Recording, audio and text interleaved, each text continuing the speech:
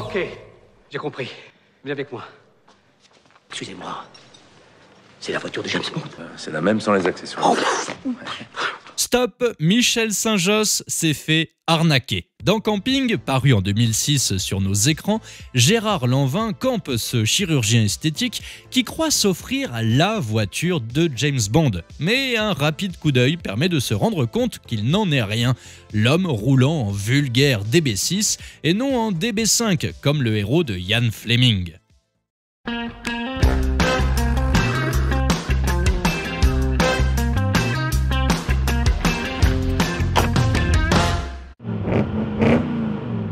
Bonjour à tous et bienvenue sur notre chaîne Kurt Jagger. Aujourd'hui, nous allons parler de l'une des plus belles voitures du monde.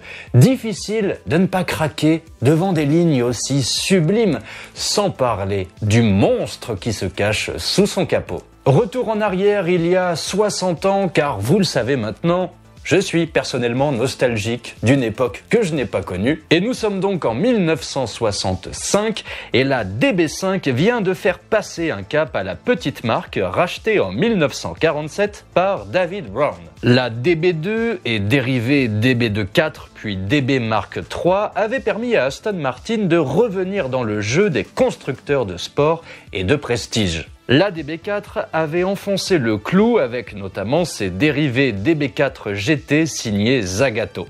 La DB5, quant à elle, avait fait sortir la marque de la confidentialité avec 1021 exemplaires produits, y compris les Vantage, Volante et Shooting Brake. Afin de renouveler une recette à succès, David Brown décide de faire évoluer son best-seller vers plus de grand tourisme dès 1965 avec la DB6. Dans les cartons, il y a déjà le projet DBS qui doit renouveler le genre dans un style un petit peu plus moderne. Mais avec les petits moyens de la marque, il est difficile de créer une voiture totalement nouvelle, d'autant que le style fonctionne encore très bien.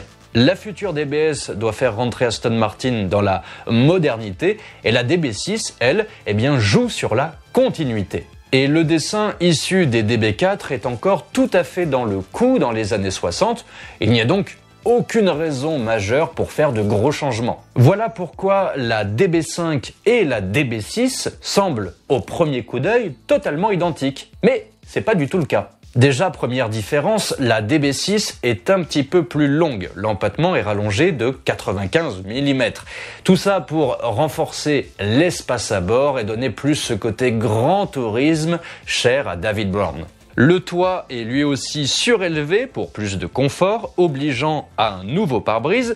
Les feux changent légèrement, notamment à l'arrière, en provenance des Triumph TR5, et les pare-chocs avant comme arrière se scindent en deux. Sous le capot, on reste aussi dans la même logique. Le 6 cylindres en ligne supervisé par Tadek Marek reste de la partie, avec 285 chevaux pour 4 litres de cylindrée. Tandis que la version Vantage est poussée à 325 chevaux. La DB6 ne serait donc alors qu'une simple version rallongée de la DB5 ? Pas vraiment. En effet, la DB6 revient à une structure un petit peu plus simple, un petit peu plus classique, avec une coque en acier, abandonnant les panneaux d'aluminium sur tubulure en acier. Et aussi étonnant que cela puisse paraître, la DB6, avec cette nouvelle structure plus classique, ne prend pas vraiment de poids, mais par contre elle a un atout majeur, elle est beaucoup moins chère à produire. Et donc plus accessible, la DB6 va connaître un succès fulgurant. Ressemblant à la DB5 mais plus courante, la DB6 est donc souvent confondue avec la voiture de James Bond, comme l'imagine Michel Saint-Josse dans Camping, qui prouve là qu'il n'est pas un spécialiste. Et en 1967, l'Aston Martin DBS 6 cylindres arrive sur le marché.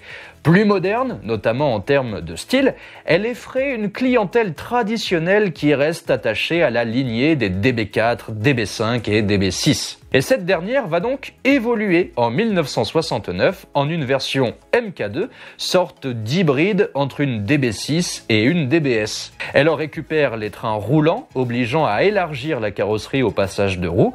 Les sièges proviennent aussi de la récente DBS pour en réduire les coûts. Et cette Mark II, Mark Mark II ne sera produite que jusqu'en janvier 1971 en Vantage et Volante avant d'être remplacée entièrement par la DB-S. Et la DB6, bien que dérivée en partie de la DB5, sera un grand succès à l'échelle de la petite marque, 1325 DB6, y compris les shooting breaks, 140 Volante, 248 Mark II et 38 Mark II Volante pour un total de 1751 exemplaires précisément.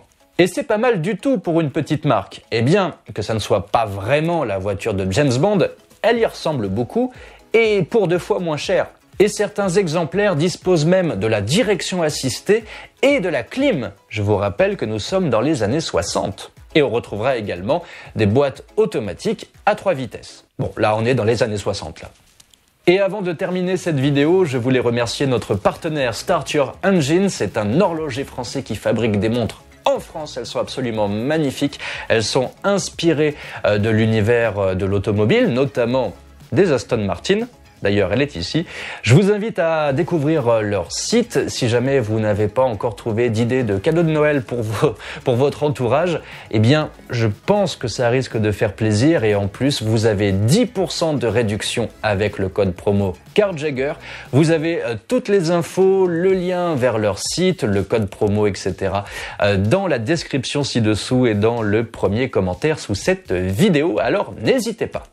Moins rare, moins cher, au style plutôt proche, à peine moins performante et plus spacieuse, la DB6 peut être une excellente opération pour un collectionneur n'ayant pas forcément les moyens de passer au niveau supérieur.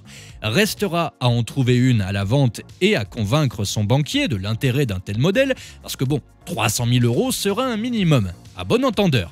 Merci de nous avoir suivis, n'oubliez pas de vous abonner et de visiter notre site carjagger.com si vous recherchez ou si vous vendez une auto de collection. À bientôt.